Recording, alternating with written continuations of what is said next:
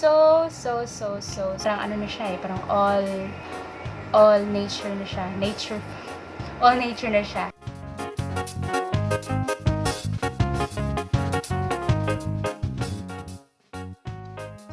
Hi everyone! Great day for those of you who are new in our channel. This is Lace, ang Plantita ng Sky Family. You can also catch my plant collection and tips in my other social media accounts, in Instagram, and Facebook page, and I also have a Facebook group. So, ang mga link nun, ilalagay ko dyan sa description box below. If you want to have a closer look on my collection and you want to have to learn some tips, you can find it there. Just check it out. You might want to like or join the group. So as you can see, alam ko nakita nyo na yan dyan sa ating title ng video na to, or maybe because you're here because you searched for this video about crotons, or here sa Philippines tinatawag natin siyang San Francisco plant. So as a tropical country, I know na maraming ganito dito, but I just personally love this plant because for one, it's very colorful. It's a hardy plant. When I say hardy plant, hindi siya finicky. Madali siyang alagaan. It doesn't require much of your time. Pwede mo siyang ilagay sa sunny place, direct sun. Pwede mo din siyang ilagay sa mga shaded areas, light shaded areas, medium shaded areas, and I'm not sure with low lights kasi hindi ko pa na-try, but meron ako mga nakitang ibang mga crotons.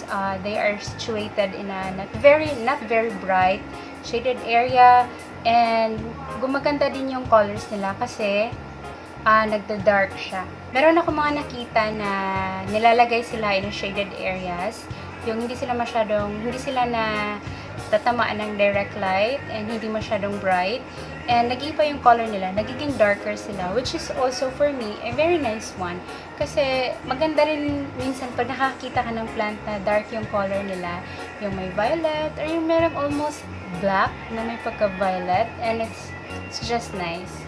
So this video will have two parts. First is the propagation and some backgrounds about crotons, and then the second part will be in my outside garden because I'll just be showing you few of my collections, not few but all of them, but I don't have as much crotons, so I think I have 8 to 10 crotons, and I'll just be sharing it to you because I just love them, as I've said, because they're so colorful.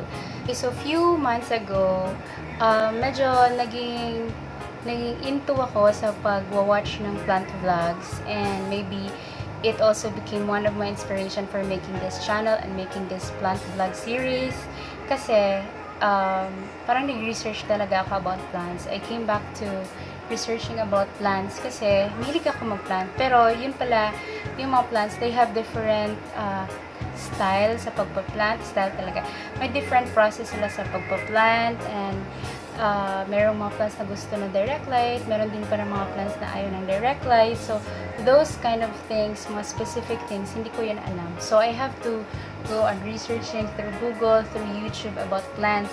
And one blog I stumbled upon is pinropagate niya ang kanyang croton using the leaves. And I was just, what? I cannot believe that it's legit. So, for me to believe it, kasi hindi pa ako nakarinig ng ganon, hindi pa ako nakakita ng ganon, and I don't even think if it's possible because yung croton plant is like, feel ko, stem lang talaga siya.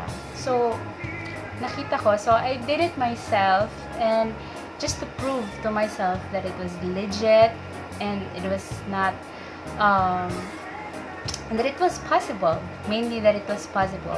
So today I will be showing it to you, and I will be telling a short story about this water propagation, and I know you've already seen it in the thumbnail, but I'll be showing it to you. Ta-da! Sorry for my manicure. Okay, so these are two leaves, and ang story nito is that I think around March, nung nag-start na naman ng quarantine, yung sinasabi ko na nag-start na ako ng water propagation, this was one of the first mga water propagation ko. Aside from doon sa mga vines, yung sa mga philodendrons na ni water propagate ko, which are also now in soil or in a pot, tinransfer ko na sila para mas madali yung pag-grow nila kasi meron na din silang roots. So I did not believe it. I was skeptical. I was hesitant to believe it. So again, I did it myself and look. I think I started to propagate this in water around April 20s, mid-April, and look at the roots. Wait, I'll just be showing it to you there. Kung mag-focus ba siya. Yan. I don't know if you can see it, but I know it's visible. Ilalagay ko sa my hair ko, Yan. So, I'll be showing to you some pictures para mas maano siya. And it's just amazing. And I'll tell you how I did it. And you'll be amazed yourself. Yan. So, as you can see, mas maraming roots to siya kaysa dito. So, originally, nag-propagate ako ng 5 different leaves of crotons, meaning different variety siya. So, I propagated 5, and before lumabas yung the time frame ng pag-wait ko, before I saw that itsy tiny, wait, I'm being very careful kasi I don't want to hurt any of the roots because I'm moving it. And I lost one leaf because of that. So, yun. I started with 5 leaves, different varieties, and sadly, yung dalawa did not make it within the 2 weeks because one of my mistakes is that hindi ko sila kinlin, o hindi ko sila, anong tawag ba sa Tagalog na? I didn't clean them. So, hindi ko sila nag-clean, hindi kinlin. Some of the dahon, meron siyang mga fungi. So, it didn't make it, but fortunately, yung fungi hindi nag-transfer sa ibang plants kahit nilagay ko lang sila sa isang jar. 5 of them in one water jar. And then, so after 2 weeks, yung tatlong leaves, meron na silang mga roots. So, yung pinakaunang nagkaroon ng roots is itong leaf na to. Itong may yellow. Yung maraming yellow. Kasi ito, may yellow din ito, but very, very few. So, siya yung nauna. Tapos, after 2 days, sumunod tong green. Tapos, after, I think, 1 day or 2 again, sumunod yung isa. But, palagi ko kasi silang change ng water kasi nga, maraming lamok. So, pinapamahayan yung, pag may nakikita na akong one na parang yung worm ng lamok, change ko agad kasi papagagalitan tayo, tsaka ayaw din natin magkaroon ng lamok sa bahay. So, yon. So, in the process of always changing the water, nabali yung isang roots ng isang dahon, and actually, nabali din yung isang roots ng green, yung bigger leaf. But the other one did not make it, so it eventually died. I will show you the picture. I think I still have it in my gallery. And yung dalawa is just, they're thriving, and not thriving because they're not yet having their own plant, but they're just doing very well. Parang tinransfer ko sila outside kasi masyado ng rainy and maraming lamok. So, and ayoko din na always ko sila tinatouch. So, I just thought maybe baka hindi sila pamahayan ng lamok sa labas kasi mas maraming options yung lamok doon. So, hindi lang sila yung makikita. So, yes, what I thought was right. Hindi sila pinapamahayan ng lamok outside kasi check ko naman din sila everyday. Hindi sila pinapamahayan ng lamok doon and hindi ko sila natatouch. Hindi ko sila na-move parate and very, very, very, very seldom na lang. So, strumami yung roots nila doon sa labas kasi of course, yung lighting maganda and yung ambience of the outside, of the outdoor garden, and yung bahay kasi namin sa back portion is like trees, mga weeds, everything, it's all nature. So, parang yung yung humidity niya, ganun, it's just perfect for the plant to grow. So, yun. And I'm just so happy kasi so far hindi siya ina-attack ng kahit ano. So, just to be, to be exact, hindi ko nilagyan ng root powder. But for some, they use root powder kasi mas madali daw yun. Kasi if you think of it, ginawa ko to mid-April, and then ngayon, May, June, July. It's already June, so it's already have been 2 months, and all I got are roots. So, I don't know if it's possible na magkaroon siya ng plant na sa kanya from the leaf, and if ever it will happen, I will update it to you, or I will make a new vlog about it. And if I'm successful of, growing a plant from the leaves. Kasi, diba, yung rubber plant, pwede nyo siya i-propagate through leaves. And meron ding iba na successful na meron silang nakukuha na plant, but meron ding nagsasabi na hindi daw magtatagal. So, I don't know. So, I will just share you what I know, and based from my experience, as I've said, I'm not an expert, I'm just a hobbyist, and just sharing to you sa mga experience ko and what I hear from other people and what I learn. So, that's it. That's the story. That's everything about the plant. And for me, I don't know for you, but for me, it's just so amazing, and I don't know, it's like masaya lang siyang gawin. And now, I will show you the process of how to do it. So, it's very, very simple. You will just find, as what I always say, if you try to propagate, may it be seeds, or stem, or leaf, or leaves, or what else? I think that's all. You should always choose a healthy mommy plant para mas madali siyang mabuhay and lesser problems ang ma-encounter nyo sa pagpapropagate, and of course, madali siyang lumaki as a plant. So, sabihin ko lang sa inyo, most of my crotons are nasa soil na, or naka-plant na siya sa lupa. Pinlant ko na sila sa lupa kasi, as I've said, one of my favorites, I don't want to play favorites, but crotons are one of my favorites. Why? Because yun nga, they are hardy and they're very colorful, and also pala kasi if like tinanim mo sila sa lupa, and after how many years, let's say 10 or 15 or 20 years, pagbalik mo sa inyo, makikita mo doon naging kahoy na sila, because I've seen croton trees, and not very very big trees, but nag-resemble sila na parang trees. So, same with dracaenas. If hinayaan mo lang sila dyan, they will grow to become very big plants. So, hindi ko pala nasabi kanina, crotons are from Indonesia, Malaysia, and Australia, and some islands of the Pacific Ocean. So, I think we are one of that. So, I will i-clarify ko lang yan later when I edit this video. So, this is a very small croton. Actually, this is a propagated stem, but if in actual, don't use a smaller plant or a newly propagated plant. Use a bigger plant, or get the leaf from a bigger plant, a bigger mommy plant, and a healthier one. So, as you can see, this cutting already had made 2 new leaves, and it's doing very well. Aside that, kinain na naman ng spider. And it's okay, it's doing well. It's doing pretty well. So, I guess these leaves are, hindi na to sila, supposedly hindi na to pwede. Kasi I think they're going to wilt, or they're going to, parang magdadry na sila because meron ng new.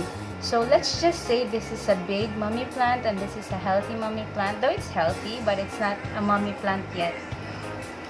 So, if this is your plant, kukuha lang kayo. You can, I don't advise for you to use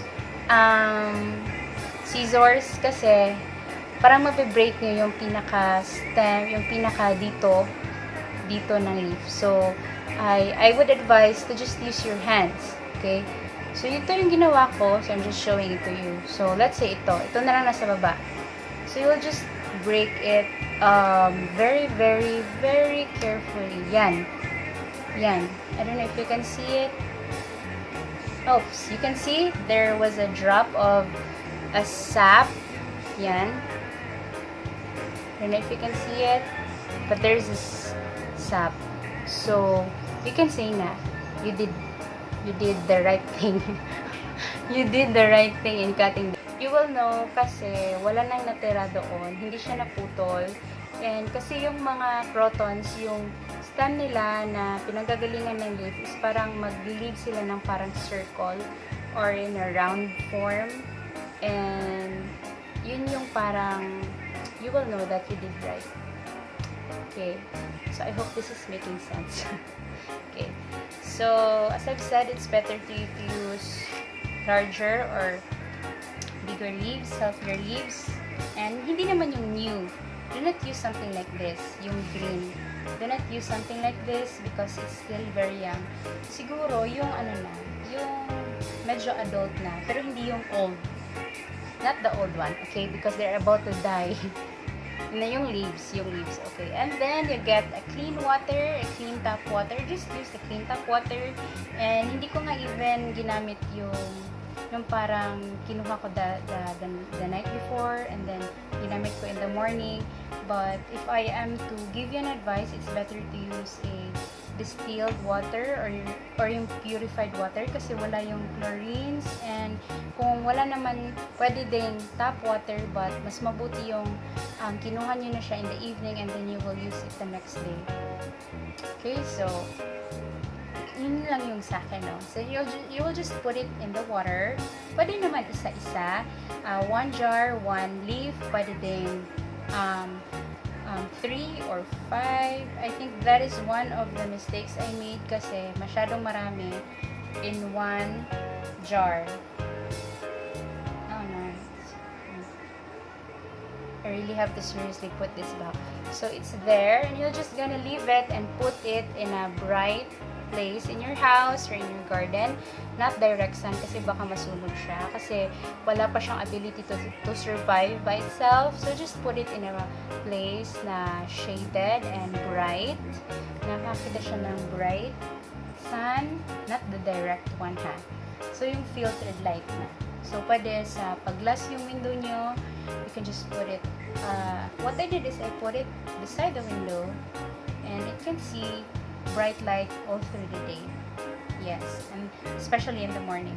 So that's what I did and I was successful and I will update you if magka-plant na talaga siya. Okay, so I guess we're done with the part 1, but before ending this part 1 of this video, before I'm gonna show you, papakita ko sa inyo ang aking collection ng San Francisco or Croton plants. I know it's been a while since I last make a plant vlog. It's because I've been busy sa mga personal na stuffs, and also it's lately kasi, 'di ba, medyo nag-tighten na naman yung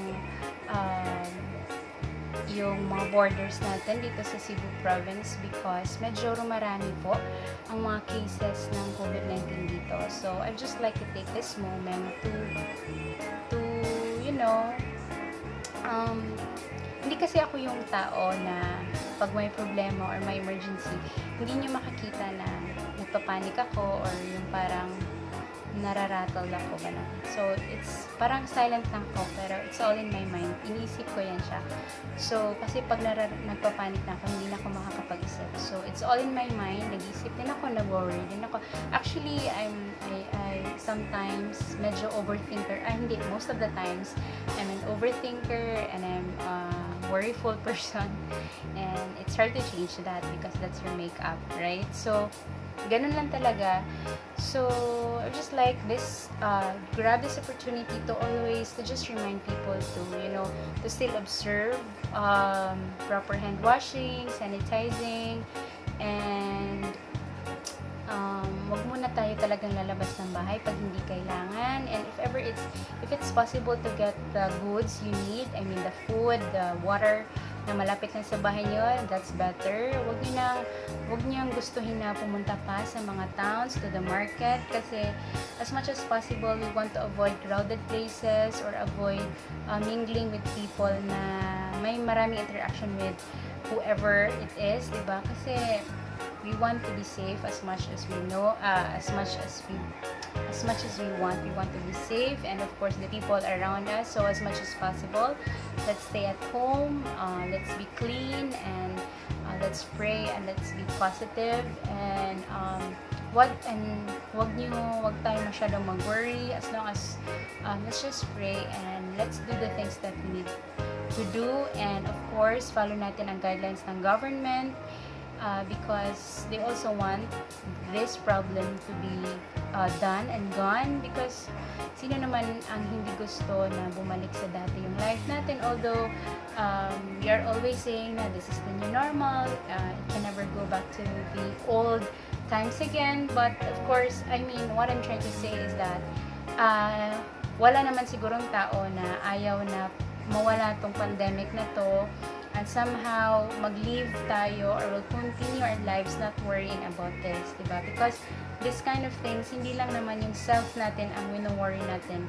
Like me, I'm a mom, I'm much worried, I'm more worried for my daughter and my husband who's not here in the Philippines, working outside the country, so I'm more worried for them than for myself. Diba? So, I think it's relatable for mothers, and I know for some of you, so I would just like to take this opportunity to say that. So, I hope you're staying at home, you're being safe, and pray and be positive, and let's do the part 2 of this vlog. Okay, so as promised, I'm in my outside garden, and as you can see, I have a number of crotons here, but before that, I forgot to tell you that last night I received, I don't know how many is this, but they're pretty, I think about 6 or 7. Meron akong mga bagong crotons because I did a barter online. Dito lang naman sa lugar namin, dito sa barangay namin. So, barter meaning binigyan niya ako ng plants, and in return, binigyan ko din siya ng plants. So, I don't have to buy or pay anything for it. So, it's just a pure barter. And it's nice. It's a nice way na i-increase yung number of collections mo. Kasi there are din mga gardeners or mga neighbors niyo na maraming kinds of crotons. So, yung binigay ko sa kanya is hindi crotons. Binigyan ko siya ng aglonema and a kind of dumpkin. Okay? So, I'll just show you ano yung binigay niya sa akin. Kasi hindi ko to na picturean eh. So, this one, hindi ko alam. I will just like to tell you, hindi ko alam kung ano mga pangalan ng mga crotons. I just know them by their color. Hindi ko talaga alam, and I tried searching for kinds of crotons, and medyo mahirap yung mga pangalan nila. Though, I know one. I think it's this one. It's a stargazer. Later, I will stargazer bar stardust. I think stardust. So, I don't know their names. I just know them by their color. So, please, huwag kayong magalit sa akin. Okay, so this one is, I think, stardust to siya. Pero baby pa lang siya, and hindi pa siya nakakakita ng maraming sun. So, I think, later on, kasi may mga maliliit siya na yellow dust. And binigay niya sa akin na may roots na. And this is, mas magiging madali ang buhay ko nito. So, kasi, talking about propagation ng San Francisco or Crotons, I have one here. I will show it to you. Some madali silang i-propagate, but for some, di masyadong madali. As per my experience, so this one is a cabbage. Tinatawag nila tong cabbage na Crotons. Ayan. So, I think it's been sitting there for 2 weeks or more than 2 weeks. But it's not showing me any signs of life. But it's not dead. Look, it's not dead, but hindi ko pa siya nakikita yung mga dahon niya na umaangat na ganon. So, if umaangat na yung mga dahon niya, and medyo pag ginaganyan mo siya, parang bumabalik siya sa place niya. So, pag ginaganyan mo siya, yan. So, hindi pa siya nagfa-fight, or hindi pa siya nagba-bounce back. So, meaning, hindi pa yan buhay. And I'm sorry na inaalog-alog kita dyan. Ang dami talagang spiders dito. Yan. And I have one croton here na madaling mabuhay is this one. This one. So, ito, hindi, pag tinanim ko to, hindi ko talaga siya nakikitahan ng signs na nag-ano siya, na para siyang mamamatay or something ganon. It's just like that, and then next thing you know, siguro in less than a week, may roots na siya. Fighter siya. So actually, ang mommy plant nito, ganito lang din kaliit nung kinuha ko or hiningi ko.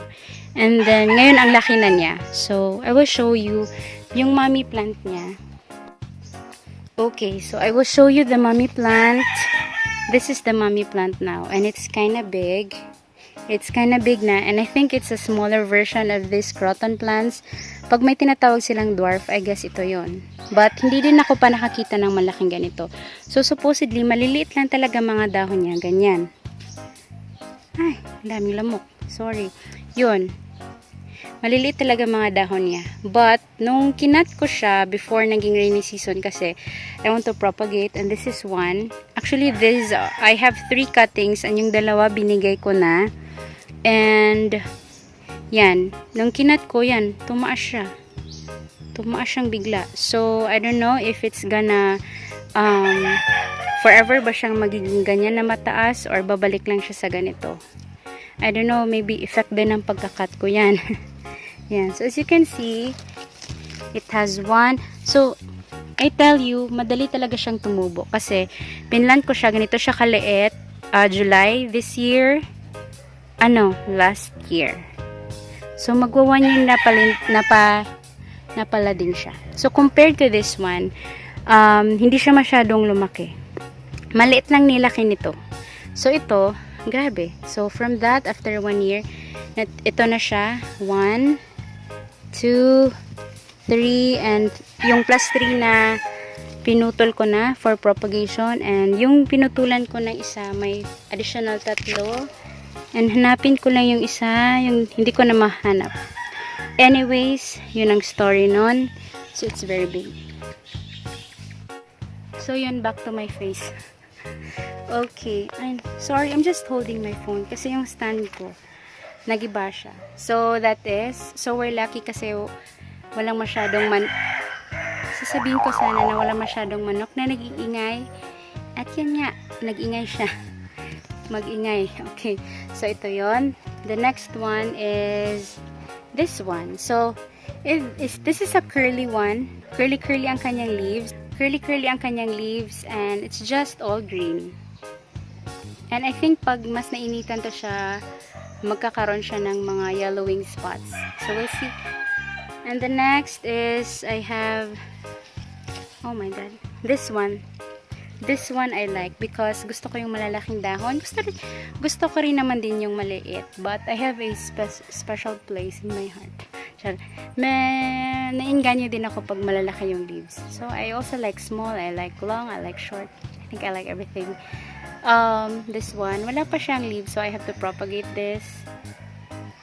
Okay, so I think I will just put them for now in the water kasi kagabi to dumating. And I don't have time today to propagate because nag-film ako, and anytime right now gigising na ang aking anak. So I have to be there. So this one, it has roots, and I think this is a little similar to that, and I think it's the same. I think it's really the same. Yeah, I think it's the same. Okay, so next I have this one. Look at the roots on that plant. I don't know how many months old is this, but pag makita mo siya sa taas, parang tingin mo, parang okay. But when you look at sa roots niya, ang dami na pala niyang roots. So, hindi siya the same nito, but almost the same. I think wala akong ganito. So sa lahat ng mga binigay niya, parang isa lang yung meron ako. So, perfect. And ito, I think this is the same. Though, parang mas marami yung yellow niya kasi baka mas nakakita siya ng sun. So, I guess, and mas thin. Maybe it's not the same. No, I think almost the same siya. Pero ito, mas maliliit yung kanyang dahon compared niyan. And the next, and this is the last, na binigay niya sa akin is this one. So, nakita ko to sa picture niya. Pag mature na siya and mas naiinitan siya, it will turn almost everything na yellow. So, yun yung hack sa mga crotons. So, if you want them to show them their color, orange, red and yellow, mostly yellow, pag masyado silang naiinitan. So, yun. If you want them to give you that color, put them in direct sun for the whole day, almost the whole day, and you will get those colors. So, ngayon, isi-show ko sa inyo very quickly ang aking collection. So, hindi ko lang isi-show sa inyo yung under propagation ko. I just have two. So, yung isa na-show ko na sa inyo. And yung isa is very bad looking. Hindi ko alam. Kasi yung binigay yun sa akin ng neighbor ko, okay naman siya. Tapos, nang kinaumagahan, parang stress na niya. So, hindi na siya nag-recover. And hindi ko alam kung mabubuhay ba yon, but I really hope na mabubuhay siya. I'm really trying my best. And if it does, I will give you an update. Maybe in my social media accounts or in one of my vlogs, because I'm planning to make plant updates every time I upload videos. Lamok. So, yon. And this one, I think napakita ko na to sa inyo. Hindi ko lang alam yung mga pangalan. And these are one of the plants na pag hindi mo pinapainitan, it will show you a darker color, and I love it. I have a smaller one like this. I thought binili ko to just last week, and I thought wala akong ganito, but then I realized meron pala ako kasi humingi ako sa mother-in-law ko ng cutting, which is a lot smaller. I think like this. I will show you later on. And this one. And my lola said this is a toothpick. They call this a toothpick. So, i-flip ko lang yung video, yung camera para mas makita nyo. So, this one, they call this a toothpick. Yan. And this one, as I've said, is a stardust. They call this stardust. And nakuha ko to sa mother-in-law ko again. Hiningi ko to. Humingi ako ng mga crotons kasi ang rami ng crotons niya. And she was so kind to give me yung buhay na. Ay, may flower. Yun. So, if you're asking me why ganito yung mga plants ko, kasi supposedly, I'm going to upload a vlog about arranging all the stuffs, but I just realized na parang hindi maganda yung quality ng video. Parang ganito lang. Parang nagsasalita lang ako kasi hindi ako prepared. Kasi yung mukha ko parang haggard kasi kaka-finish ko lang magtanim ng sunflower. Yun. So, in-arrange ko na sila kung saan ko sila itatanim. So, some of these are already in the soil and some are just new. So, yan. In-arrange ko na yan sila. And this one, I don't know what's the name of this one, but this is basically my favorite. And this one, nabili ko siya. As I've said, hindi siya masyadong nag-grow. And yung pinakita ko sa inyo kanina na sample ng paano mag-leaf propagation is from this plant. Kinat ko doon. I also made 3 cuttings, and yung isa binigay ko na, and I have 2 of them. I have one here, and yung isa yung pinakita ko sa inyo. So, basically, nabuhay lahat. And one beauty, pag kinakat mo sila, mas nag-grow sila ng maraming stem. So, if feel nyo ready nang parang kaya na niyang magkaroon ng cuttings, and then just propagate them. And this one is a big Croton. It has big leaves. I love it. If you can see, meron siyang green, meron siyang orange, and it's more of the orange. And I got this from my mother-in-law also, a cutting, and pinropagate ko siya sa soil. And after 2 weeks, yan, 2 or 3 weeks, nagbigay na siya ng magagandang new leaves. That one, the green one, and that one. So, it's alive, and I'm planning to put it there at the back of this. Kasi ito, hindi to masyadong lalaki. Mas lalaki yun. Kasi I saw a very big one like that. And it's like a tree. It's like a small tree, so I'm putting it there. What else do I have? So, I think that's all of my collection, I guess. So, I will just show you yung hiningi ko sa... Oh my God, sorry. So, I'll show you yung hiningi ko sa mother-in-law ko na cutting. So, lahat naman ng hiningi ko na plants sa mother-in-law ko, nabuhay naman sila lahat. And most of them are crotons. So, this is one. This is alive na, I can say. You can say it's alive. If you can see, meron na siyang new leaves. And then, ito yung and yung toothpick din pala, pinropagate ko din pala siya. Yung isa, pinropagate ko din pala yung toothpick. Yung isa is, binigay ko na sa lola ko doon. And this is the other one. It's just alive and it's just amazing. Nandito lang sila sa baba ng nursery section. Hindi dito sa baba yung nursery section kasi basically yung mga plants na stem cuttings, hindi sila pwede sa maraming sun muna. So ito yung sinasabi ko. So basically pinakita ko din sa inyo. It's sad and marami sila kasi pinaghiwa-hiwalay ko just for the purpose na may mabuhay. So I think ito is fighting and this is I think really dead. I don't know, I'll just check later. And this one is, I don't know, and I think this one is fighting. I will check on it later on. So I think that's all of Crotons. I'm just gonna do a check. I think that's all. So thank you so much for staying with me until the end of this video. I hope meron kayong na-learn and you had fun watching my video and na-inspire din kayo na mag-plant or mag-collect ng crotons, and I hope you are also a croton lover. If you like this video, please do give me a thumbs up and subscribe to my channel if gusto nyo pang mag-learn ng new tips and gardening tips. And if you want to see more of my collection, please do consider subscribing. And if you have questions or suggestions or advice, please do leave a comment. And that's all. Till next time, stay safe. Stay safe.